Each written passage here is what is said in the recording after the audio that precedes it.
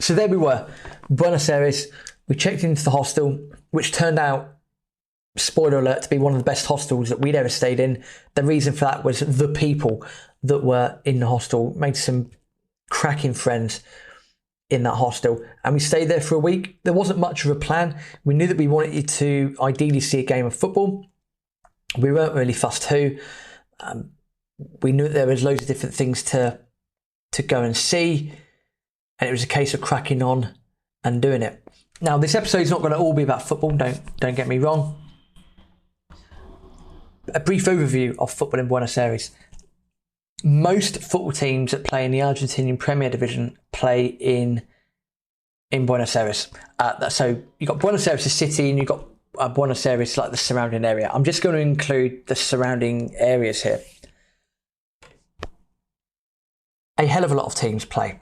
Probably the most famous ones in no particular order would be Boca Juniors, would be River Plate, Independiente, Racing Club, San Lorenzo, who we'd seen a couple of weeks ago in Paraguay, Vélez Sarsfield. The list goes on. You get the point. There's a lot of football in Buenos Aires, and the Argentinians, as we'd found out, are football bonkers. And I'm sure most English people know that the Argentinians are football bonkers. We felt a bit weird being English in Argentina. We weren't really sure what to expect from the people at all. Would we be set upon because we're English? Would we be frowned upon? One of the first things we done was at the hostel, the lovely lady said that would we be interested in Dollar Azul? Now, remember back in Posadas, we'd heard rumours of Dollar Azul. We'd heard interesting things about Dollar Azul. We weren't really sure where to get it, but we heard it, Argentinians wanted to hoard dollars. So if you got dollars out, you could go and exchange dollars for, a ridiculous price, basically, in your favour. Because people didn't want to hold pesos. They did not want to hold Argentinian pesos at all. They wanted to hold dollars. Now, we'd planned for this. We weren't really sure how it would work, but we'd planned for it by every point where we could do in Uruguay. We'd taken out a few extra $100. So I think we were armed with $600 or $700 in total. Not a ridiculous amount, purely because we wanted everything spread out. Because you never know what's going to happen. We knew that from Rio, people could come up to you with guns at any point. Didn't want any of that to happen. So we had dollars everywhere, basically, but about $600-700 between us. And that was our spending money. Anything else like hostels and whatnot normally went on card, but the spending money as such, we start with $600-700, see what's going on. The woman at the hostel said, Dollar Azul. And we said, yeah, Dollar Azul. And she said, well, you need to go to the main road down into the city. You need to go main road. She said, what you'll do is you're going to get a lot of people come up to you, say Dollar Azul, Dollar Azul. If people are doing it on the street, it's okay. But she said, what will happen is Dollar Azul, you say, you exchange your languages, you say yes, get an amount, you agree a fee. So you agree the conversion amount. They normally take you off the street into a back area somewhere. They'll sit you down. You do it. You do the transaction. And we said, well, is that dodgy? And she said, well, not really. But you got to know your Spanish. You got to be able to count. And don't get scared. She said, but if you're a single woman doing it, highly unlikely you're going to do it. But with two relatively big burly guys, you'll probably be all right. Just be courteous, be kind. You'll be fine. So we thought we'd check it out. I'll say about $600 on us. And I'm going to try and get my numbers. I'm going to try and get my numbers right here. That at the time, I've got a feeling that for an English pound, it was about 13 pesos to a pound. From memory, 13 pesos to a pound. About $1.3, $1.4 to a pound as well. So we've gone up the main road. People are coming up to me, Dollar Azul, Dollar Azul. They can see a tourist straight away. So they're going to ask you, Dollar Azul, Dollar Azul. And we're like, no. So we've done our sort of due diligence. We've gone up the road. I think we ended up having a massive Burger King again. And we've gone around and we looked at a couple of places.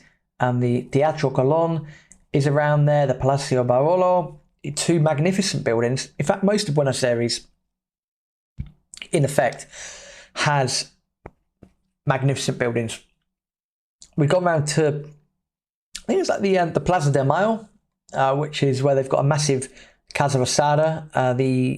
It's like a presidential palace, I think it was. Casa Rosada literally means pink house. Massive pink house, and the Plaza de Mayo. And in the Plaza de Mayo, we saw, when we turned up, we try not to say anything, but there was a massive, basically, flags and demonstration about the Islas Malvinas, the Falkland Islands. These are things that we were quite concerned about. It said, from speaking to people on Lonely Planet, do not bring up the subject at all. Do not talk about it. Do not mention it. Do not, get into, issues with anyone about it. Do not talk about it. So we're a bit concerned here. You're surrounded by Argentinians. We're not there to be a nuisance, obnoxious. We're quite patriotic. We're not there to be a pain in the ass. So that was interesting, seeing these protests about the Falkland Islands. That's all I'm going to say on it. So walking around the main part of town, and we'd eaten, we're refreshed, we're good to go, and we said, well, let's deal with Dollar Azul. Let's give it a go. Let's get it sorted. So we've gone back down the main road. People come like, Dollar Azul. And we turned around to one guy, looked to right, and he said, see, Dollar Azul. And basically, everything from now on was in Spanish, but I'll do obviously the translation for yourself. So how much have you got? I got $500-600. $500-600. He said, well, this is a rate. We'll give you about. Again, I'm thinking at the time that $1. I've got a feeling $1 to a peso at the time was about 8 or 9 pesos. Sorry, 8 or 9 pesos to $1. But bear in mind, the economy's in the shit. No one wants to hold pesos. They're trying to offload pesos. Inflation was around and about, but we knew we weren't going to be there for that long, so it probably wouldn't be an issue. And he was offering out, I think it was 14 to 15, anywhere between 14 to 16 pesos for $1. We were like, holy shit, this is pretty good. So we agreed on the price outside. Again, this is a good idea that our Spanish had come on quite a long way, because this is all in Spanish, and we were very confident with what we were talking about, very good with the numbers. So for the purpose of this, I can't quite remember the number. I'm going to say it's $15. 15 pesos to $1. So the guys led us off the street. We've gone through this promenade, or like an old school arcade, into this room. I've gone into this room. The guys led us in, and immediately our hearts kind of sunk a little bit, because behind, or the wall looking at us when we went in, were these 2 massive, you're talking 6'4", 6'5", built like brick crap houses, looking at us with massive machine guns. I shit you not. I absolutely shit you not. With massive machine guns. So we got to remain cool, calm and composed here. We're thinking, fucking hell, here we go again. What have we got ourselves into? The guy closes the door behind us, and he sits the other side of a desk, invites us to sit down. So we sit down, we turn around, and there's a third guy with a massive machine gun pretty much standing behind us on the rear wall. It's at this point, we're probably shaking a little bit, thinking, bollocks, this isn't good. The guy sat down, and he's offered us coffee. So yeah, por favor, see. Bit of conversation. How you doing? How's your day? Sort of basic stuff. And again, we picked up on this conversation quite well. So he got his calculator out again, typed in the right amount, because we had heard that, they might agree an amount on the outside and then they'll agree a different amount on the inside. And, if you agree on it on the inside and you've got people there with machine guns. By the way, the woman at the hospital didn't tell us anything about that. So we're sat there. The guy's pulled the calculator out. He's put in the right numbers again, so we're happy. We were told that there might be quite a few counterfeit notes, and we were told, if you get a counterfeit note, don't be scared. Sit there, count it, hand it back. We're having a sip on the coffee. He's pulled out thousands of literally thousands of pesos. You're talking $700 times 15. You're talking, 10,500 or so pesos. A lot of pesos. And all in different notes as well, note sizes. So he's pulled it out. He's counting the pesos. He's passing it over to me. Now, the reason he's passed it over to me is I said to Aaron, look, I'm better with the numbers. Aaron's better at listening to Spanish. I'm better at speaking Spanish. I'll count and I'll do it slowly. I'm going to do it in Spanish.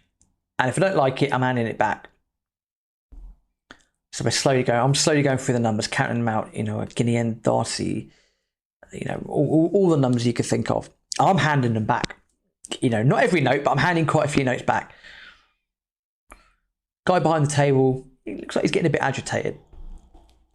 Aaron's getting very agitated. He's kind of nudging me, going, hurry the fuck up. I want to get out of here. I want to get back to the hostel. Hurry the fuck up. He's getting agitated. The guys with the guns, they're not getting agitated, but, they're just there to be, the henchmen. To this day, I'm still quite impressed. Just cool, calm, composed. I've just sat there and I've just counted it out very clearly, very loudly in Spanish. I've handed back the dodgy ones that didn't have the right feel, didn't have the right look to them. And we've got there in the end. 10,500 pesos. You're talking a big amount here. And what the fuck do you do with 10,500 pesos?